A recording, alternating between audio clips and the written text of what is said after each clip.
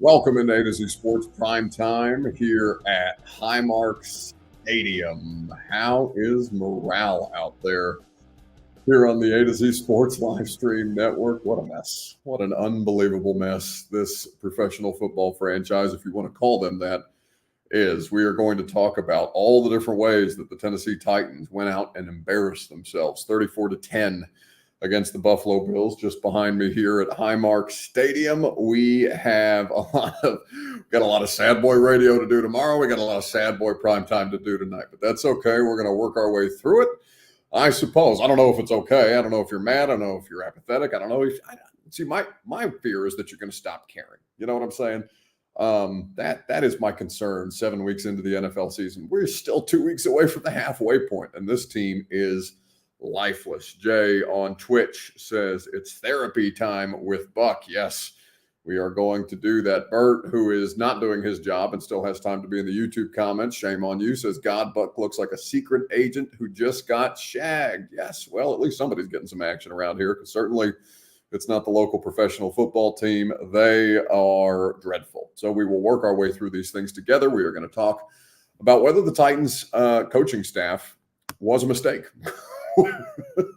Was a mistake. We will talk about this. I had this conversation in the press box today with Teron Davenport, with Nick Suss, with Paul Kaharski, on whether this coaching staff, the hiring, was a mistake. We will also talk about where do they head in this direction? What is the situation that can be found that can bail this football team out? Is there any such situation? I will ask you guys that question later on at the end of the broadcast. And normally we do a Sunday Fun Day, but honestly, I've been too busy watching them fart out 10 points to see anything else that's happened in the NFL today. So I'm going to rely on you guys to give me some positivity at the end of the show. Before we end the show, we have to start the show. Before we start the show, you have to share the show on Facebook, YouTube, Twitter, and on Twitch in the comment section. Karen O'Keefe says, why do you look happy, Buck? Do I? It's just because I don't know what else to do. Like, I don't know if smiling or having a sense of humor about this is going to make you guys feel any better. It does not affect. I mean, it does. No, that's a lie. It does affect my mood these days, because it sucks the joy out of the job that I love to do. Watching this football team flounder about. So it's not, if I look happy, I'm not happy. I'm fairly miserable, because I'm going to have to figure out how to talk about this team for 4 hours a day in some form or fashion for the next 11 weeks. That does not make me happy, Karen. I would like good football. I would like fun. I would like, I'd like a little bit of controversy here or there. I don't think losses are bad when it comes to the intrigue around things, but certainly I'm not having fun. So I hope you guys are having a better time than I am, though I know that you're not, because I am not invested in this football team the way that many of you are. So you'll hear from Brian Callahan. You'll hear from Calvin Ridley. You'll hear from Jeff Simmons as well. Share the broadcast around on Facebook, YouTube, Twitter, and Twitch, wherever you are doing so. Thank you for doing so. And invite a miserable Titans fan to come and join the commiserating, if not to join the fun. We'll work our way through these things and see if we can't find some solutions, because God knows your coaching staff isn't capable of doing that right now. Welcome to A to Z Sports Prime Time from not the Zen Sports Studios. We're here at Highmark Stadium, but that still means that this show is presented by Zen Sports.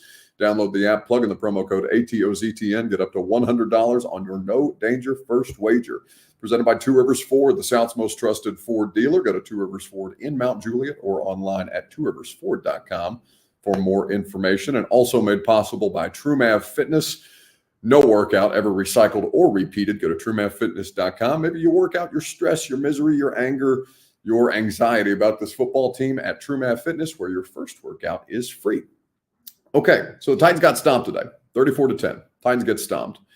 And the second half woes are as big a problem as anything. So I went through and looked at this. And again, we sit up here together at the press box, so we're all working through our own facts and figures and bouncing information off one another and trying to discern, the best possible picture of how this game came to pass. You start things off with Mason Rudolph. We haven't had the opportunity to talk about this, but the news was brought to my attention yesterday. A couple of people at A to Z Sports have been informed that Mason Rudolph's parents were driving up for the game because he was going to start. Now, that was news to me, even though that Will Levis had been marked as questionable for the game. That did leave some window for them to make a quarterback change, but they didn't tell Mason Rudolph that he was starting until yesterday, which is as egregious a thing as I have ever heard. I asked Mason, hey, when'd you find out? And he said, yeah, Saturday. And I just looked around and said, really? That feels like not the best solution for you going on the road trying to win a conference game, even though you're basically out of it. And you are now in last place in the division because even the Jags managed to win a game and score 32 points in their home stadium at Wembley in London today. So there's a lot of bad vibes going around. Then you have the Mason Rudolph thing. Will Levis is too hurt to play. That's a week-to-week situation. So we don't know when Will Levis is going to be back. All we know is that he felt worse throughout the course of the week of practice. He felt worse in the second half of the Colts game. And they said that was sufficient enough to put Mason Rudolph in, but to not make that determination again until yesterday. Then you have the mystery at right tackle. They made Leroy Watson inactive today. They did not start NPF. They started Jalen Duncan. Jalen Duncan got hurt 4 snaps into the game with a hamstring injury. He did not return. NPF finished the game, and it was pretty bad. It's pretty tough sledding for the offensive line, especially when they had to get an obvious passing drop back situations. This team is not equipped to play that way, and you saw Mason Rudolph suffer as a result. So the game goes on, and they get a 10-0 lead. Mason Rudolph scores a touchdown pass to wide receiver, or throws a touchdown pass to wide receiver 1, Nick Westbrook-Akina. All you do is target him if you want to win football games. And finally, the Titans coaching staff has figured that out. They put up 217 yards of offense in the first half. They take a 10-7 lead into half, and you say, oh, okay, you feeling cautiously optimistic. You're feeling a little bit like it's a house of cards, but that's fine. You're on the road. You're against Buffalo. Buffalo's not doing anything. Your defense is doing its job. Maybe you're going to give yourself a chance. Maybe just mistake-free football will be enough against a Bills team that is good, that is better than you, but didn't play their best ball, certainly in the first half of this game. And then the bottom falls out. After they took a 10-0 lead, Nick Suss just gave me this stat. They had -5 yards on the rest of the first downs that they played once they took that 10-0 lead. They got scared, conservative. They couldn't do anything in the run game.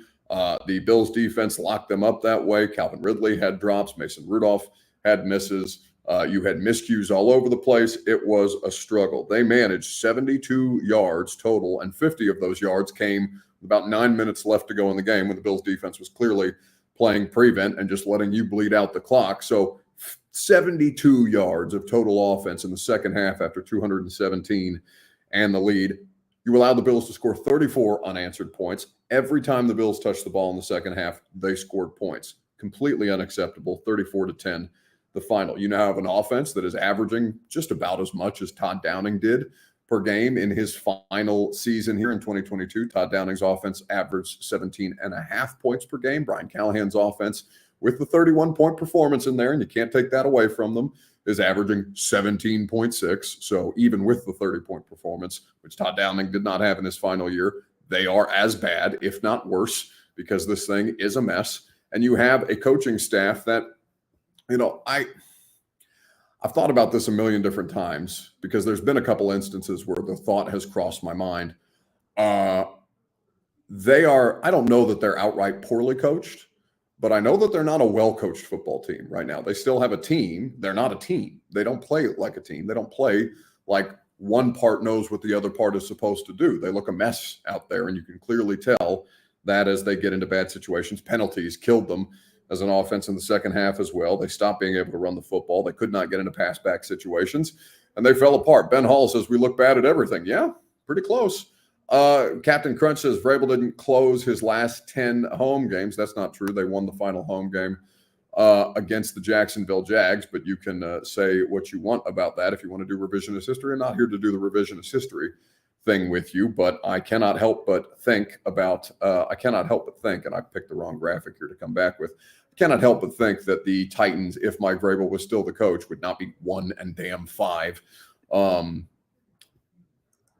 Callahan may end up being a good NFL coach. He may be an adequate NFL coach. He may be an average NFL head coach. But right now, they're bad as a coaching staff.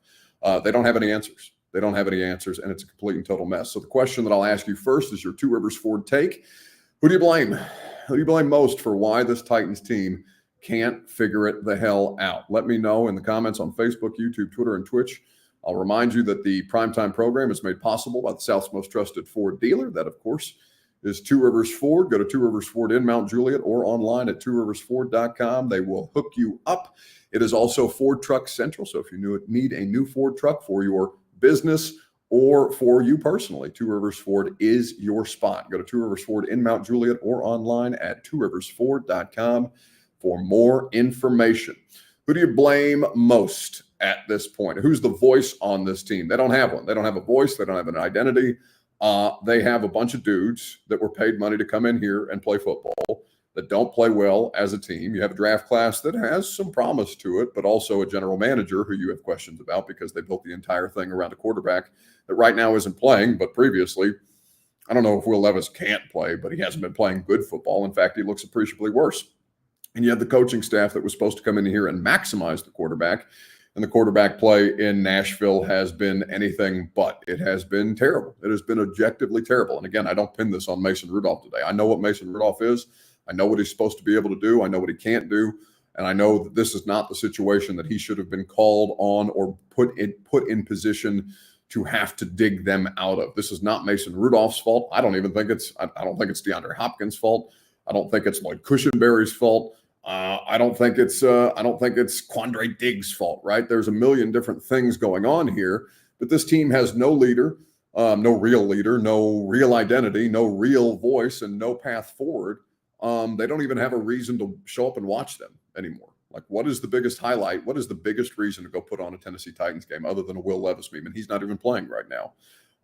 It's really, really bad. It's really, really bad. Many of those players have never experienced anything like this. You can tell the frustration. Now, I didn't see the TV copy, obviously. We're here in the press box, but I heard that DeAndre Hopkins had a situation where he threw his helmet on the sideline. He told us that he was dealing with some soreness. That's why he didn't return to the game. So I don't know if he was frustrated because he dealt with an injury. I don't know if he was frustrated because of how the game was going. Frustration is completely fine based on how this is going. Everybody should be frustrated. Everybody should be pissed. But the fact that they can't find a single solitary answer on how to put this thing back together is pretty damning. And frankly, that falls on the head coach. Our conversion percentage up to that point in the first half and our ability to run the ball was in our favor. So took an aggressive approach to try to go get it, and we didn't get it. What led to Mason starting today? I didn't think he handled things. He handled things well early, and then we didn't play well enough around him at all in the second half, and it just wasn't a good enough performance. We scored 10 points, so it's hard to get excited about that. He was limited on Wednesday, Thursday, limited. And what went into the up and down, and then also for last week he did play. So here's how this happened. He came off the bye week and 10 days rest. Started practice that week, getting ready for Indianapolis. Felt like he was good enough to go. Everything in practice seemed like it was good. It felt kind of fresh because he came off the rest. Ended up feeling it towards the end of the game on a couple of those throws. It's hard to simulate what that feels like with pressure in your face and having to make that throw. Came out of the game and it bothered him, and then you take a whole load of a game, and then try to come right back on Wednesday and play again. And he felt it. It was sore. It hurt. His mechanics were not where they needed to be. His arm strength felt weakened. He didn't feel great. So we limited him on Wednesday. Tried to see if he'd come back on Thursday and go. Went full Thursday with pads on. I had him try every throw that we could possibly throw, every downfield throw, all over the place on practice, and came out of that practice and didn't feel great. And then we limited again on Friday, and that was when we just made the decision to go with Mason. So the injury's real. He tried to fight through it. I appreciate the toughness and the willingness, but felt good coming off the break, felt good last week. And then as the game went along, and he ended up feeling what it felt like with pressure to make the throw, didn't feel as good as he maybe thought he did going into it. So I made the decision, as my decision, to sit him just because I didn't feel like he could play at the level he needed to play to come in here and win in Buffalo. So that's usually how those injuries go, and he tried to fight through it, and ultimately I decided that it wasn't in his best interest to go out there if he wasn't all the way healthy. What is his status? Yeah, it'll be week to week. We'll see how he feels this week. I'll see how he throws it Wednesday. But really the problem with AC, those injuries in his shoulder is they just need rest. He tried to fight through it. Again, I appreciate that. Try to fight for his teammates to come play, but at the end of the day, those things just need some rest. And right now, that was the right decision for him. So it'll be week to week, and we'll see how he comes out of it. So that's Brian Callahan speaking about the state of things, and specifically the quarterback. They have no answers. They cannot fix anything. And I'm reminded of this quote that came from Burke Nihill, the Titans team president, this summer when he did an interview with my radio station, not my show, but the morning show, that I'll read to you here in just a second, that makes me want to pull my hair out and scream, especially if Titans fans get a hold of this the way that I'm going to run it into the ground the next couple of days, because I cannot believe that we are talking about a football team that is significantly worse from 7-10 and 6-11 from the final 2 years of Mike Vrabel, Todd Downing, and Tim Kelly. Ridiculous. I'll remind you that the primetime program is presented by Zen Sports. Download the app, plug in the promo code ATOZTN. You can bet on any game that you want to. If you're a sicko, you can bet on the Titans. If you want to have more fun, you can bet on every other NFL team. You can bet on all your favorite major sports in the Zen Sports app with that promo code ATOZTN. Must be 21 plus and in the state of Tennessee to bet. Terms and conditions do apply. Gambling problem? Call 1-800-889-9789 for more information. So I'm going to read you this quote, okay? Because I just finished an article at azsports.com to this effect on whether or not the Titans have made a mistake with this coaching staff, because certainly they're trending like looking like a mistake. This is from Burke Nihill. So Burke Nihill's the Titans team president. And you understand this offseason was a honeymoon type of situation. You spent money. You never spend money like that. People got excited. You have Will Levis, who looks the part of NFL quarterback, so much so that people like Hellman's are giving him marketing deals, even though I know I heard it ran today again during the game when he's not playing. And I wonder if they're not going to want their money back at some point, because that just continues to be, it gets more and more cringy every time you see him on your television, and it's trying to sell you something as a quarterback who hasn't quarterbacked a win since December of last year in Miami, which is egregious. So they did a lot of upselling, right? They sold you on, and listen, it's tough to take issue with what they did. They checked all the right boxes, right? You got a quarterback, a young promising quarterback. Let's go out and get him a guy who's worked with a bunch of quarterbacks. Let's check all the right boxes. Let's get him a wide receiver. Let's get him a proven veteran at center. Let's get him different pieces and parts. Let's draft him a left tackle. Let's give this guy a real chance to succeed. And it has completely blown up in ways that not even they could imagine. Not any of us could imagine. Even the most pessimistic among us could not have foreseen a Titans team looking this shitty.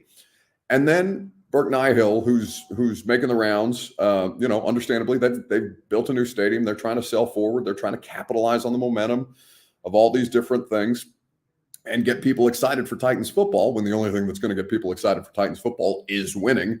But he gives this quote before the season begins at training camp, and it's stuck with me in my head for weeks and weeks and weeks now. Here's the quote. It feels really, really good at the Tennessee Titans practice facility these days. There is definitely a freshness. Brian Callahan, you can do all your research on somebody. You can get references. You can do hours upon hours of interviews with someone, but you don't really know completely what you have until someone gets in the building. I think that's true of a marketing position, an accounting position. But when you're talking about a head coach, it's really, really important that you have a good recruiting process and make a wise decision. And this is the part that kills me. Quote, since Brian got here, we thought we got this right. ... We crushed it.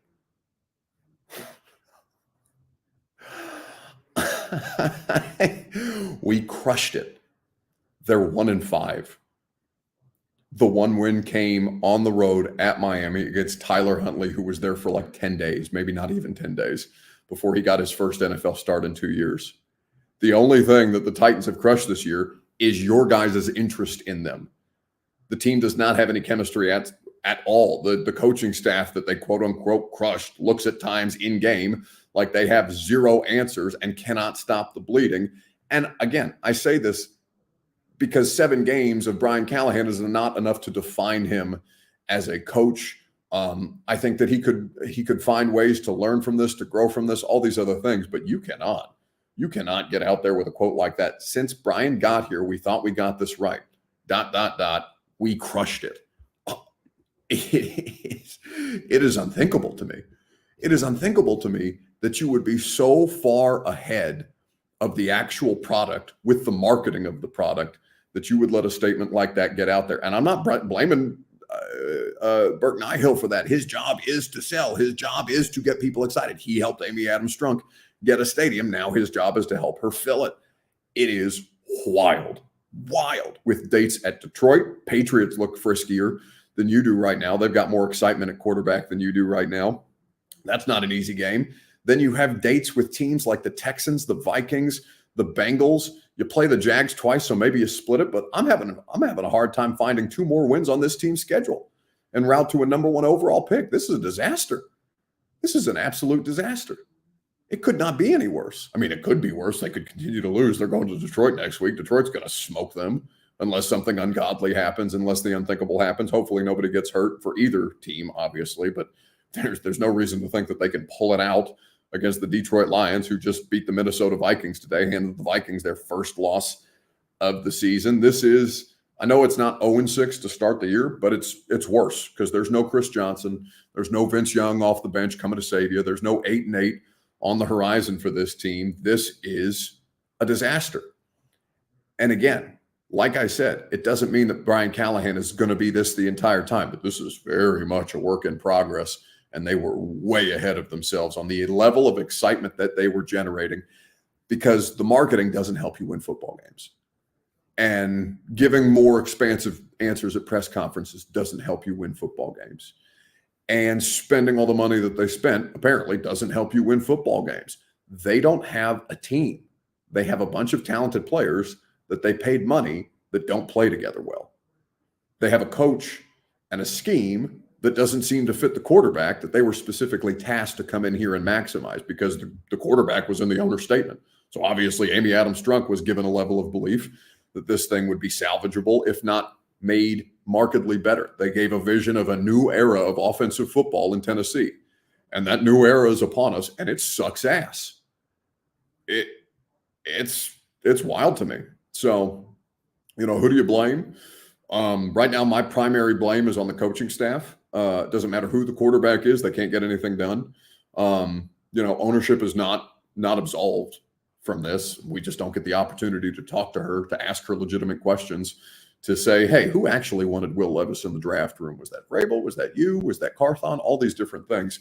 But all I know is somebody's getting fired. I don't know if they're getting fired tomorrow. I don't know if they're going to get fired 6 weeks from now. I don't know if they're getting fired at the end of the season. But her organization, Amy Adams-Strunk, has been completely embarrassed. They're a laughingstock. They are a joke, an absolute joke. And their joke is made even worse at their own expense because of all the upselling they did this offseason. They got no one else to blame. They've got no one but themselves to blame. A to Z Sports Prime Time is made. I'm sorry. I'm sorry for laughing, and I hope I just like I don't. It's not even a laugh. It's just listen.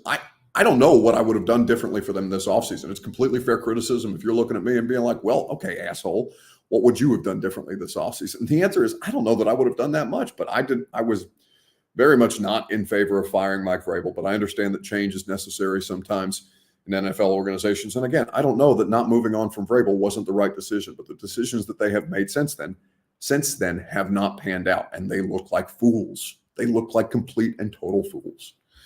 Let's see. Corey Powell says, Buck is the only sensible tell it straight reporter 85% of the time. No, PK does a good job. Nick Suss does a good job. Teron does a good job. There's plenty of people who are telling you exactly what you're watching. It's not just me.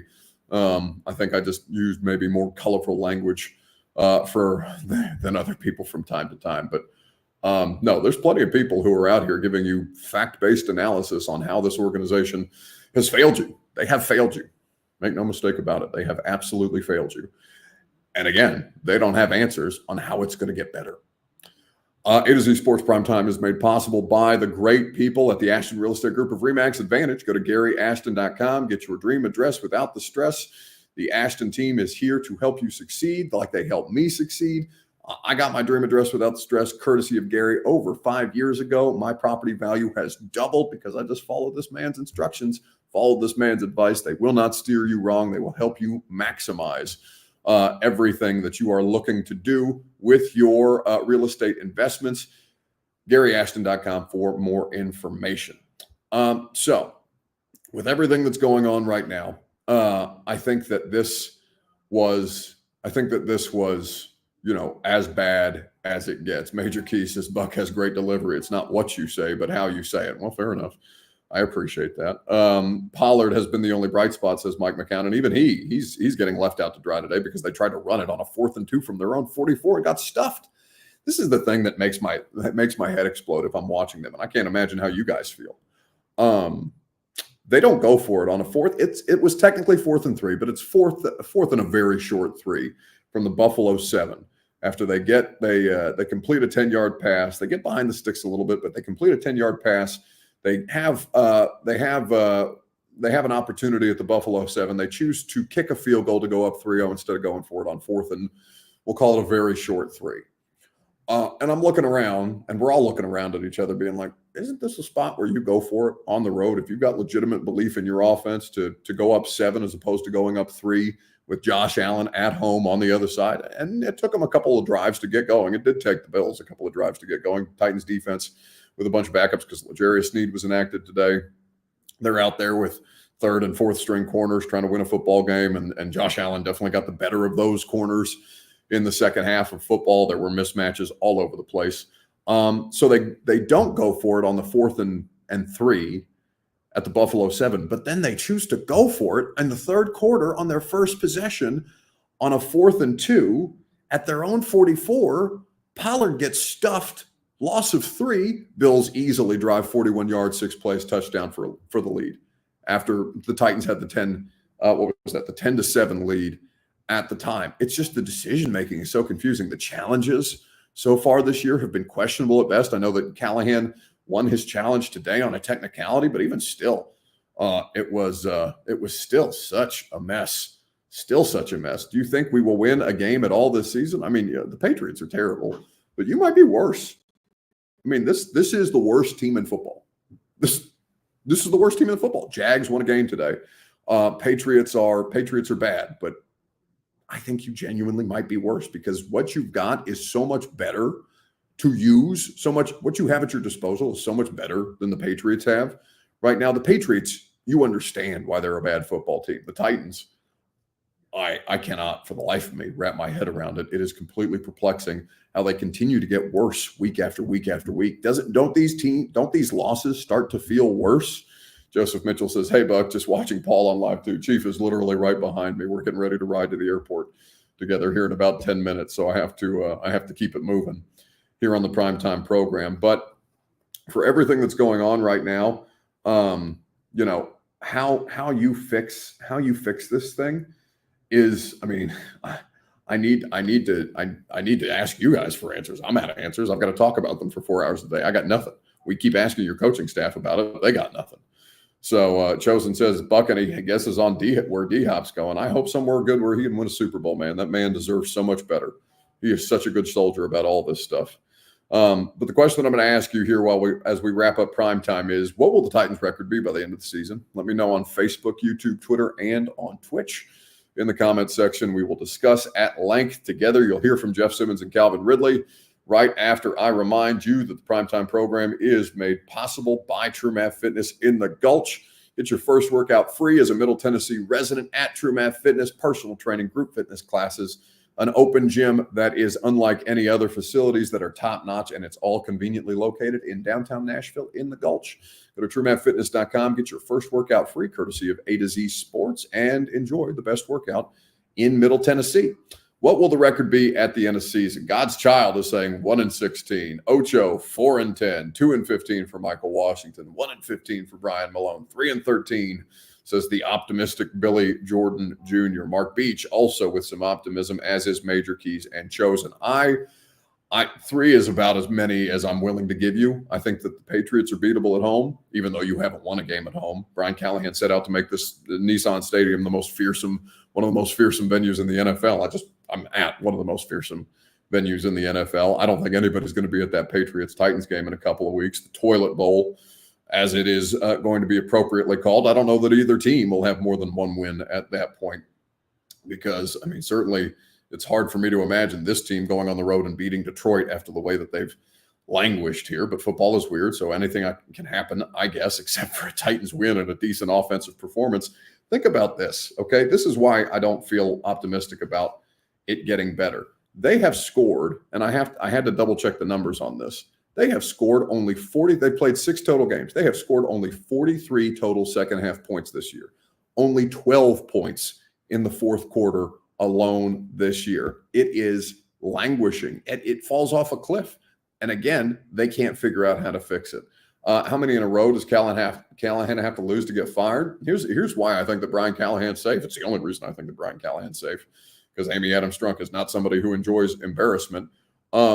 She's already paying John Robinson and Mike. Think about this. She fired Mike Mularkey after he won a playoff game. It's like the first playoff game that they had won, I want to say, in like 14 years. Okay. Mike's exotic smash mouth averaged over 22 points per game. Okay. And that wasn't enough. So then they hire Mike Vrabel. Mike Vrabel, gives them their most successful run since this damn team went to the Super Bowl back in the 90s. And, 2 losing seasons.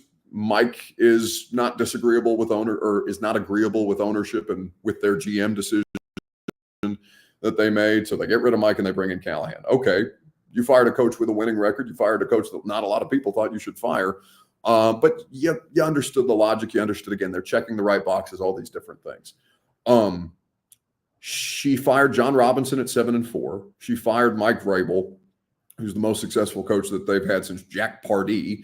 And she fired Mike Mularkey after winning the first playoff game in like damn near 2 decades. I think it was like 14 years between the Titans' most recent playoff win prior to Mike Mularkey going to Kansas City and beating the Chiefs.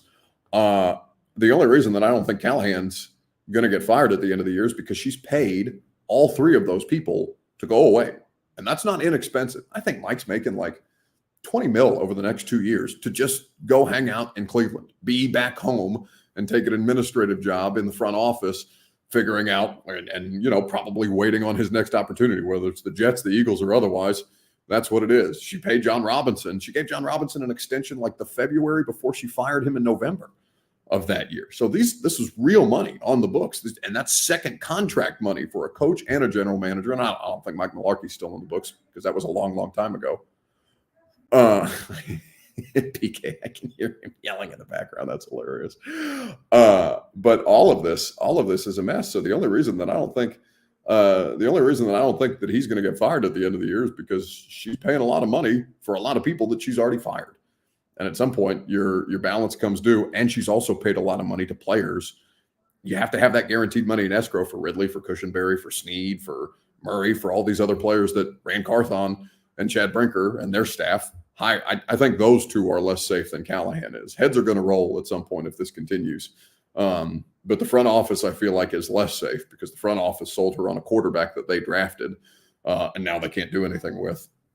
And then spent all her money to go out and put things around a quarterback who right now looks like he can't play, which is crazy because he looked fine, looked good enough last year, good enough that he belonged on the NFL level. There was no question that Will Levis in his rookie year looked like somebody who belonged at the NFL level. And now he looks like he can't throw for 100 yards in a football game because he literally didn't at his last appearance.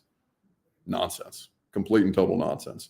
So what's their record going to be? I can't find more than 3 wins. Maybe you beat the Patriots. Maybe you split the Jags series. You got 2 games against the Jags in December. But otherwise, I don't think you're winning more than 3 football games this year. We asked Jeff Simmons, what's the vibe in the locker room right now? Let the big man speak for himself.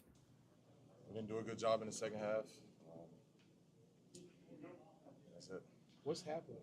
Like you look at the first half, you guys really We're not finishing. That's not happening. We're not finishing. We're not winning. Ball out fast. We got to be able to rally to it. And every time they touch the ball in the second half, got the ball in possession, they scored. So. Yeah. How do you keep everybody still fighting and buying in when the team's 1-5? Keep preaching positivity, I guess. No one want to be 1-5. I think we all feel the same, shitty. I think everybody feel the same way, from locker room, fans. They have a right to feel the way they feel. We in a bad position right now. Just gotta try to dig ourselves out of it. What kind of qualities make teams better on finishing? Doing your job, discipline, technique, and everybody on the same page. It's not hard. Just gotta do it better. Have you ever been in a situation like this before, as far as just trying to get a team out of a rut collectively and not really being able to find that breakthrough just yet? I don't know. I don't think so.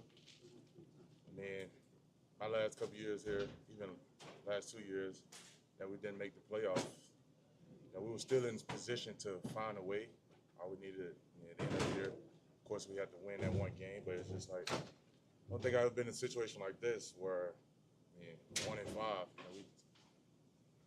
I don't know, man. It's frustrating. I mean, trying to get opportunity just to close the game and just haven't came. But like I said, we just gotta stick together, find a way. Man, it's really nothing else to be said. Because we haven't done it. Second half of this game, it just was bad football from the Tennessee Titans. For you What do you- personally, He's not wrong. It's bad football from the Tennessee Titans, top to bottom. That's going to do it for us tonight because I got a flight to catch. Going to be back in Nashville. I think I'll land around midnight. Unfortunately, this is why I hate Buffalo.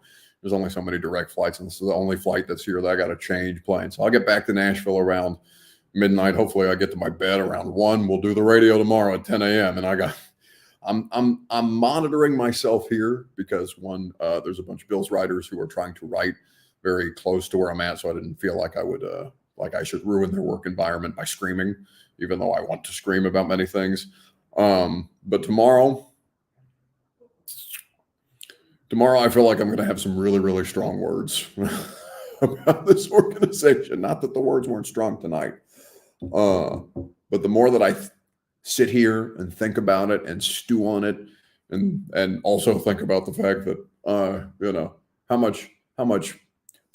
much shit I bought from them on what it is that they were doing and how foolish that I look now and everybody looks now with the whole let Ray and Cook thing and everything else that they tried to do this offseason. I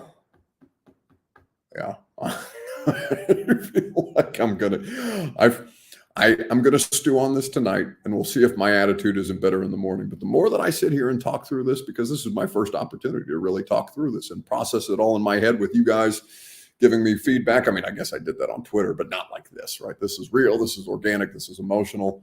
Tomorrow's going to be must listen from 10 to 1 on 104.5 The Zone. It may not be much listen for much longer, which makes me sad because I'm still going to be doing the radio show. I just don't know how many of you are going to care about what I have to say if this team keeps losing. But yeah, I got thoughts. I got lots of thoughts. Ernesto says, question, are you a Titans fan? Nope, I don't have an NFL team. Don't have an NFL team, mercifully, because if I did, I would, if you guys think I'm tough on your football team now, you can't imagine how much meaner I would be if I was actually financially invested. I mean, I guess I am financially invested. I get a paycheck and I do Titans radio and all this other stuff. But like, if I spent my money going to games or buying things or anything else that were Titans related, I would crush them. I have to pull myself back sometimes because I got to think about it. Be like, it's not your team. It's not your team to kill this way. It's not your team to bury. That's for the fans. You let them. I give you information, and then we determine the mood from there. But tomorrow we are going to have many thoughts. Many thoughts. Have a great rest of your evening. I'm going to be back in Nashville tomorrow, and we will work our way through it together from 10 to 1 on 104.5 The Zone. Hope your evening gets better from whatever it is your football team did to you this afternoon. See you guys. Go home! Go home! Go home! You're embarrassing Nashville! Go home!